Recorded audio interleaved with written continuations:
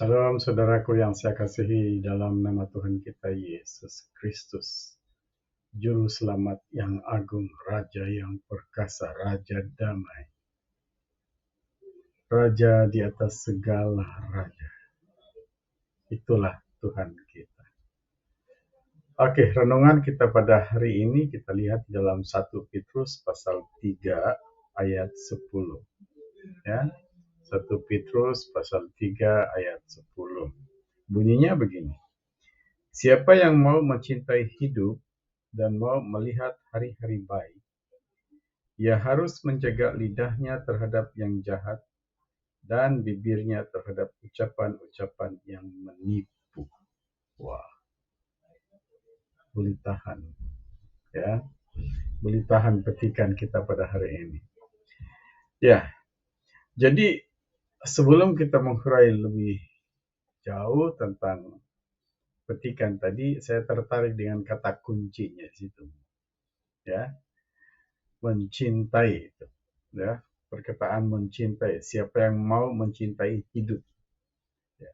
Siapa yang mau mencintai hidup.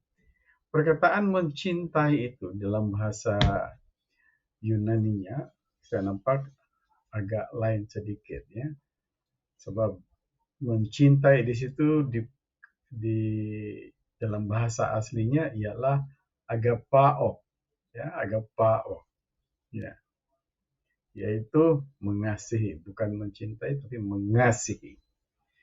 Ya, kepada saya saudara, perkataan mengasihi dan mencintai itu tidak sama. Cinta dan kasih itu tidak sama. Ya, ada perbedaan sedikit. Sama juga perbedaannya dengan eros dan agape, kan? Nah, seperti itulah, ya. Jadi itulah agapao itu sangat sesuai lah, ya, di dalam renungan kita pada hari ini. Oke. Jadi apakah rahasia? Apakah rahasia untuk mengasihi hidup? Kalau kita lihat betul-betul, renung betul-betul dalam petikan itu, sebenarnya bukan sekadar hidup, tapi sebenarnya maksud di situ siapa yang mau mencintai hidup kekal. Nah, seperti itulah sebenarnya hidup kekal itu. Oke, tapi dalam bahasa aslinya pun cuma dikatakan di situ hidup. Kalau kita lihat di dalam kejadian ketika Yahweh kita berbicara kepada Adam bahwa kalau kamu makan buah itu pastilah kamu akan mati. Perkataan mati itu tidak sama dengan perkataan yang mati yang biasa manusia lakukan ataupun terjadi kepada manusia. Ya. Oke, kita tinggalkan itu seketika. Kita terus tumpukan kepada rahasia mengasihi hidup kekal. Ya, mengasihi hidup kekal kita boleh lihat di dalam Ulangan pasal 6 ayat 5. Ya. Kita coba lihat, ya, Ulangan pasal 6 ayat 5. Ulangan pasal 6 ayat 5.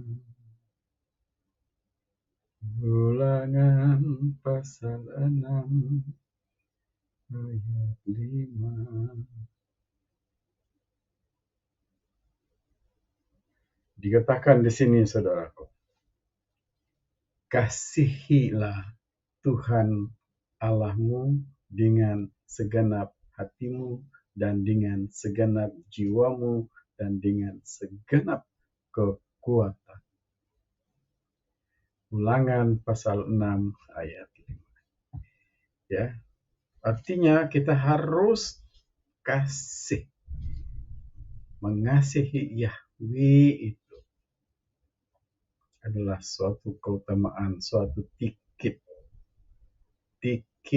untuk mendapat hidup kekal. Nah, dikatakan di situ apa? Dengan segenap hati, mengasihi Yahweh itu harus dengan seluruh jiwa kita ini sebenarnya. Ya, seluruh jiwa kita itu. Dan dengan segenap jiwa kita itu. Dikatakan di situ segenap hatimu dengan segenap jiwa. Saya secara pribadi, saudara, sesuai dengan apa yang dikatakan di Paulus bahwa manusia ini adalah gabungan daripada 3 oknum, yakni tubuh, roh, dan jiwa. Jiwa itu disitulah terdapatnya apa ini, pikiran, perasaan kita itu. Jadi pikiran itu di dalam hati kita itu. Tapi dia termasuk di dalam oknum ketiga itu, ada itu kedua itu yaitu roh, jiwa kita itu sendiri. Ya. Jadi seluruh hatimu, ya, segenap hatimu dan segenap jiwamu, seluruh apa yang ada di dalam hatimu itu, sama ada perasaan, sama ada emosi, sama ada hikmat di situ. Kemudian di dalam jiwa itu kan ada hati, berpikir, merancang, emosi, memori, kenangan di situ kan. Jadi semuanya itu ada dalam jiwa itu. Jadi bukan sekadar hati kita, tetapi seluruh jiwa, apa yang ada di dalam jiwa kita itu. Itulah yang kita harus gunakan untuk mengasihi Yahweh, pencipta dan hakim yang adil itu. Ya, saudaraku. Kemudian yang keduanya, kita lihat di dalam Matius pasal 22 ayat 39 ya. Matius pasal 22 ayat ke-39. 39. Dan hukum yang kedua yang sama dengan itu ialah kasihilah sesamamu manusia seperti dirimu sendiri. Itu adalah dua titik yang kedua untuk kita mengasihi hidup kekal itu, ataupun mencintai hidup kekal itu. Kita harus mengasihi sesama kita manusia seperti diri kita sendiri. Oke, bagaimana cara kita mengasihi diri kita sendiri? Menjaga lidah kita kan. Nah, seperti itu saudaraku. Ya, kita harus menjaga lidah kita. Menjaga seluruh akal budi kita itu. Supaya jangan dipergunakan oleh setan, jin, iblis, ataupun roh jahat. Ya, untuk merusakkan seluruh kehidupan kita itu. Ya, jadi itulah saudaraku. Kalau kita mengasihi sesama manusia kita, ada beberapa perkara, ada 15 perkara yang tidak akan dilakukan oleh kehidupan kita. Satu, kita tidak akan berzina. Yang keduanya, kita tidak akan membunuh. Kemudian yang ketiganya, kita tidak akan mencuri. Keempat, kita tidak akan mengingini barang orang lain ataupun milik orang lain ataupun kepunyaan orang lain. Kemudian yang seterusnya, kita tidak ada perasaan iri hati terhadap orang lain. Kita juga tidak menyembah berhala. Ya. Kemudian kita juga tidak suka bermusuh dengan sesiapa. Kita tidak akan bermusuh dengan sesiapa pun. Yang seterusnya, kita tidak suka memarahi orang lain. Ya. Kita ada perasaan marah. Ya. Yesus pun, juru selamat kita itu pun memarahi murid-muridnya. Tetapi marah itu jangan menguasai seluruh jiwa kita dan seluruh akal budi dan kehidupan kita. So, jika ianya menguasai seluruh akal budi dan pemikiran kita, seluruh jiwa kita, maka ia akan dijadikan pintu kepada roh jahat untuk menguasai seluruh hidup kita. Dan merancanglah pula itu dan ini.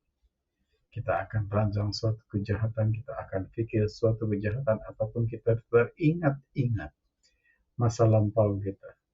Seolah-olah kita hidup di masa lampau dengan penuh kejahatan. Seperti itu. Jadi itulah, kita marah untuk menegur, untuk mengasihi. Tapi jangan sampai matahari terbenam. Oke, yang seterusnya, suka mengutamakan orang lain. Kalau kita mengasihi orang lain, sesama kita manusia maksud saya, kita akan mengutamakan orang itu. Artinya tidak ada kepentingan diri sendiri. Dan yang terakhir sekali, tidak menyakiti. Tidak menyakiti fisikal orang lain, tidak menyakiti hati orang lain, tapi senantiasa berusaha untuk menjadikan orang itu senantiasa senang bersama-sama dengan kita. Ya, jadi itulah saudara. Kemudian yang ketiganya,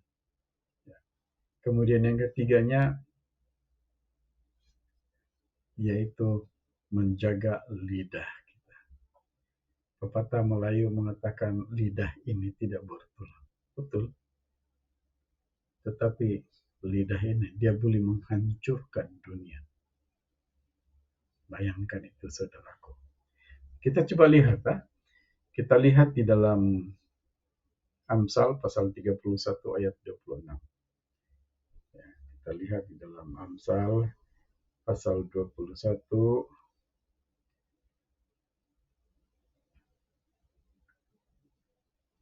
ayat 26.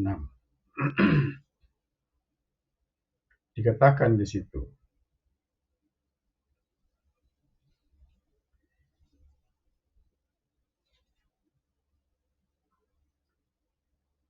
ayat pasal 21 ayat 31 ayat 26. Dikatakan di situ, ia membuka mulutnya dengan hikmat.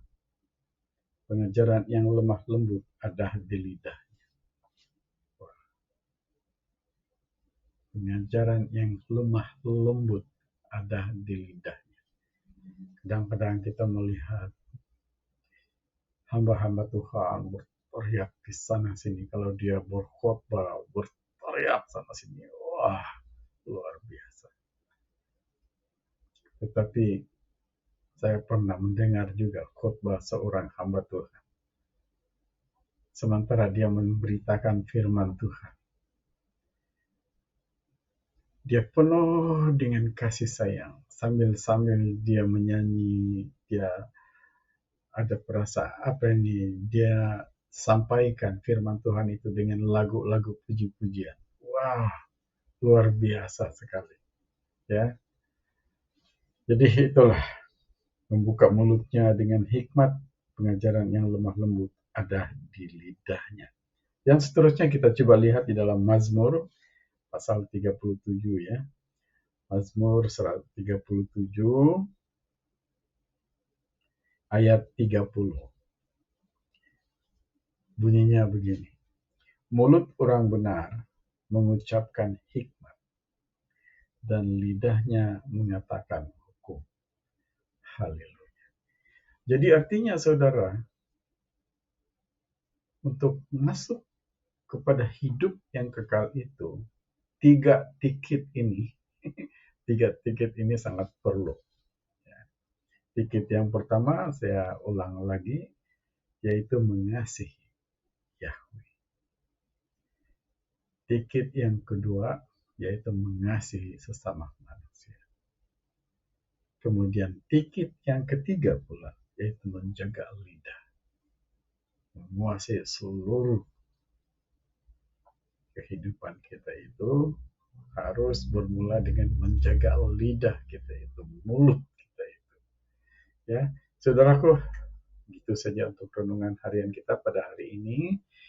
Kiranya Roh Kudus akan terus membimbing, membuka mata hati saudara untuk memahami apa yang disampaikan oleh hambanya yang lemah tanpa hikmat Tuhan.